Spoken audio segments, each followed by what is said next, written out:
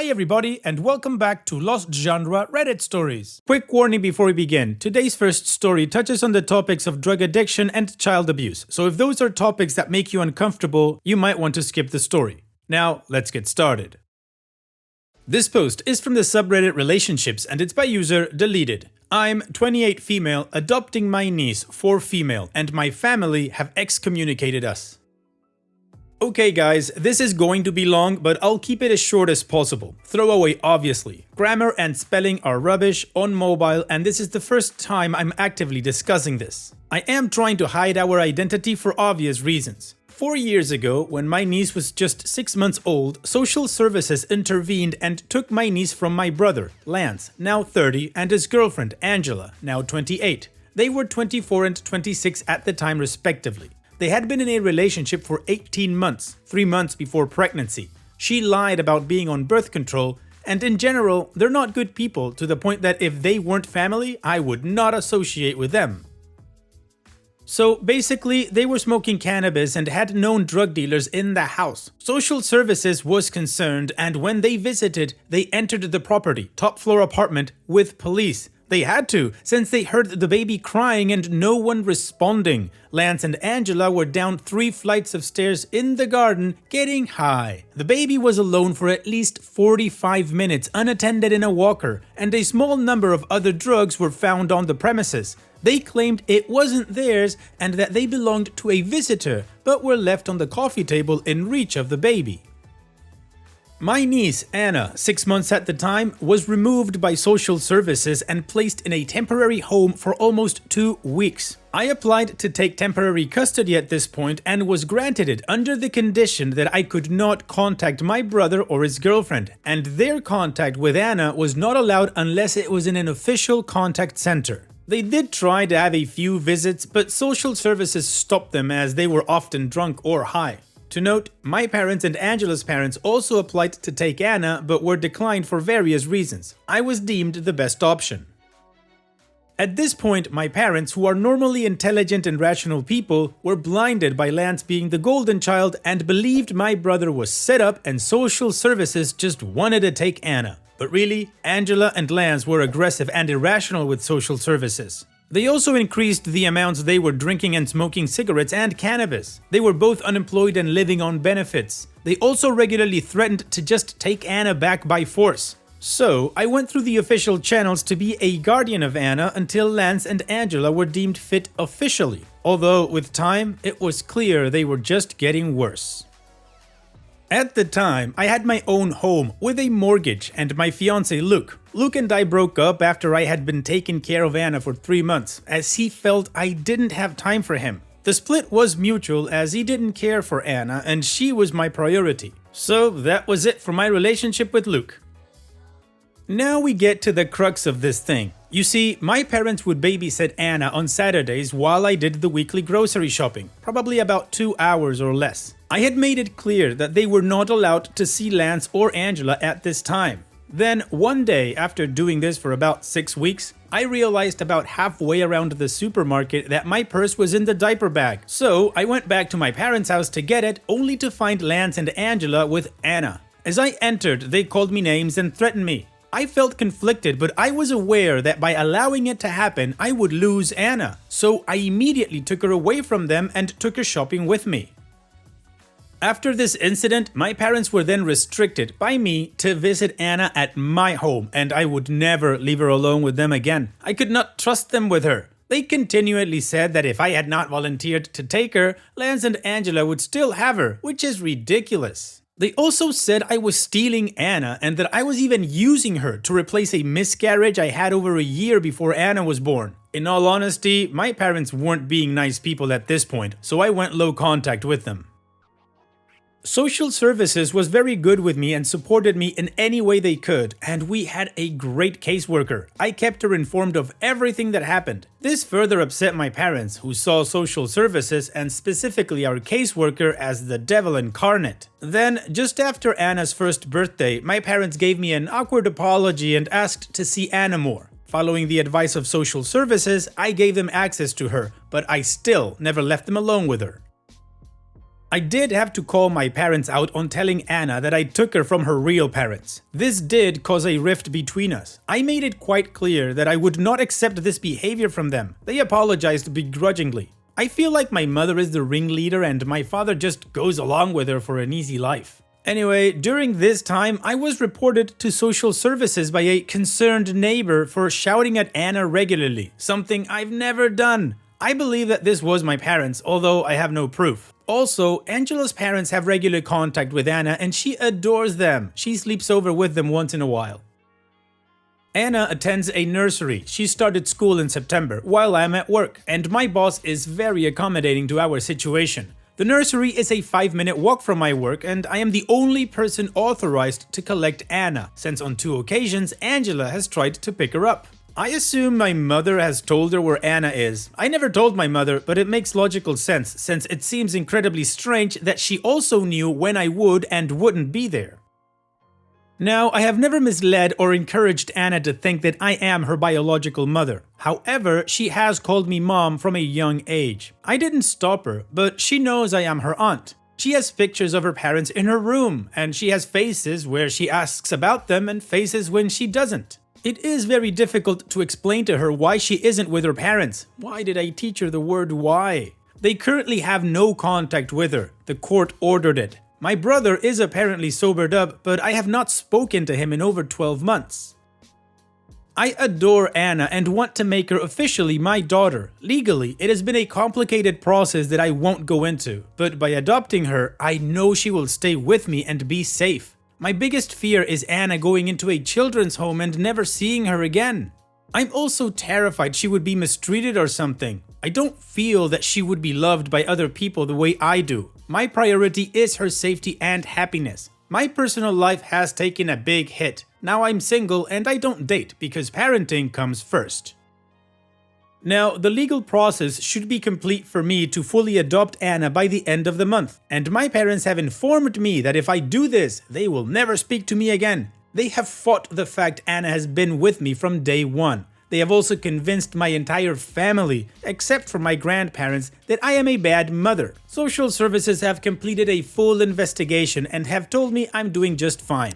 I have low contact with them at the moment anyway, but I just want some reassurance. Did I do the right thing? I don't want to keep Anna from my parents or her extended family, but I need to protect her, and she needs to know I will always be here. I'm just looking for other people's opinions. Am I doing the right thing?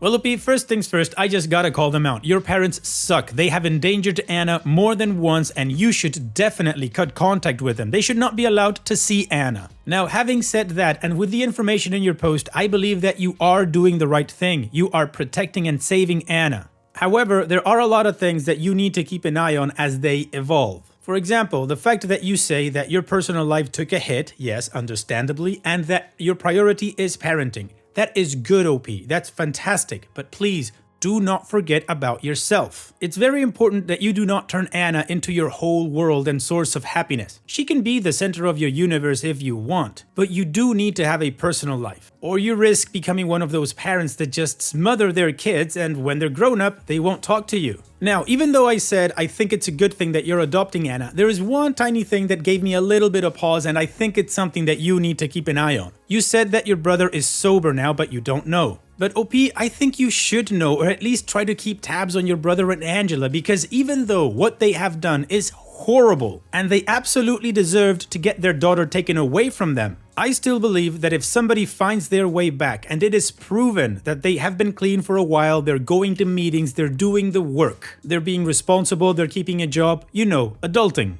then I believe with a proper process of assimilation and always keeping the child's safety as a priority, then a relationship between Anna and her parents could happen. However, like I said in the beginning, with the information we have right now, I think you are doing the right thing and keeping Anna safe. And also, your parents disowning you, that's not gonna happen because they want a relationship with Anna, and if they disown you, they don't get to see her. And what do you guys think about this whole thing, and what would you do if you were in OP's shoes? Let me know in the comment section, and now let's move on to the community comments to see what they said.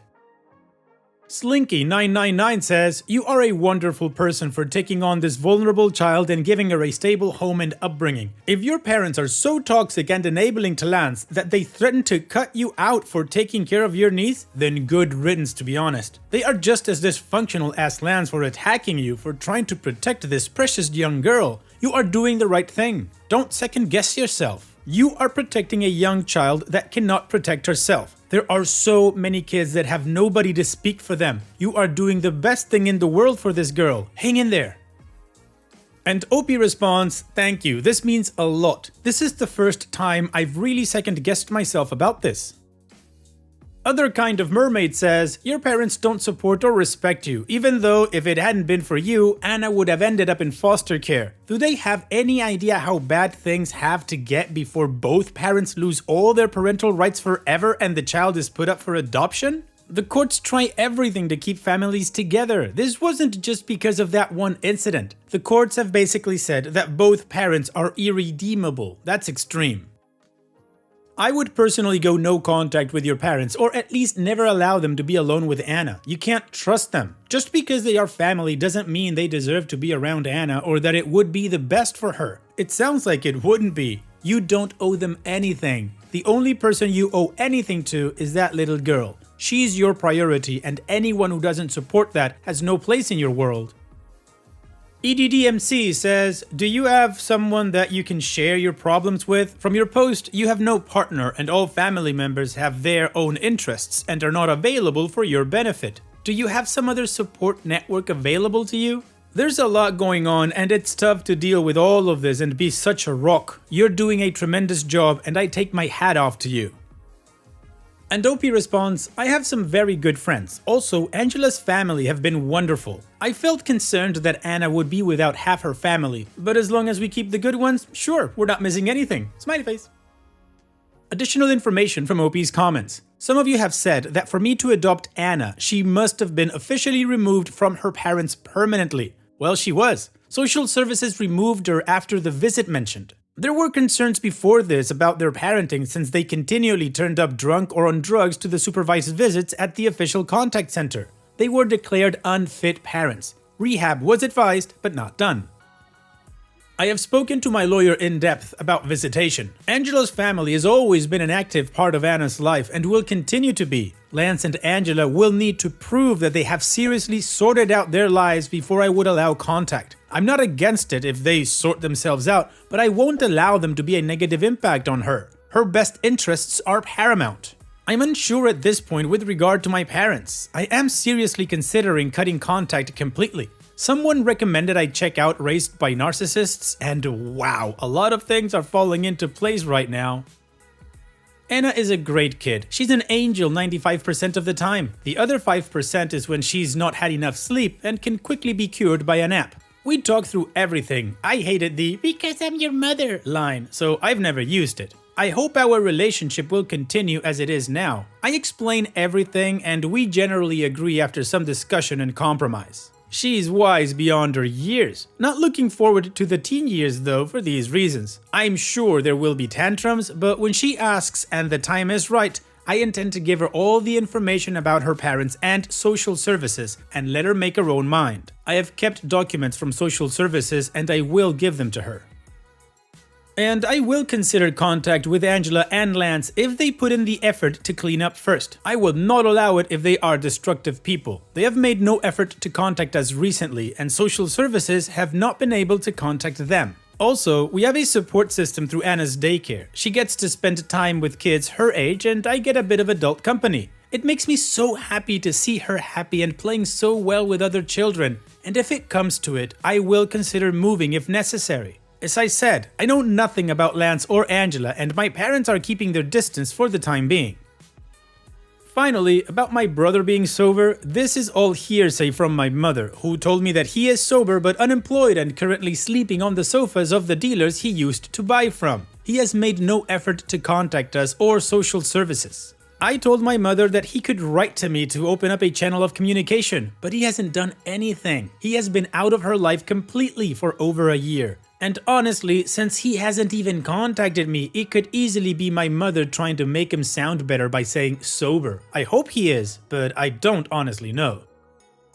OP's edit. Oh my, I cannot believe the response I've had. I just want to thank everyone that sent messages and comments. I will take all the advice and will be looking into moving, making sure Anna's financial future is secure and that we are both safe. At this point in time, I will be cutting all contact with the toxic parts of my family tree, and if there ever comes a time for Angela or Lance to make any contact, they won't be just jumping through hoops. I have planned walks along hot coals and around assault courses that demons would be proud of to protect my little girl. I just want to say how deeply touched I am by your words of kindness and reassurance.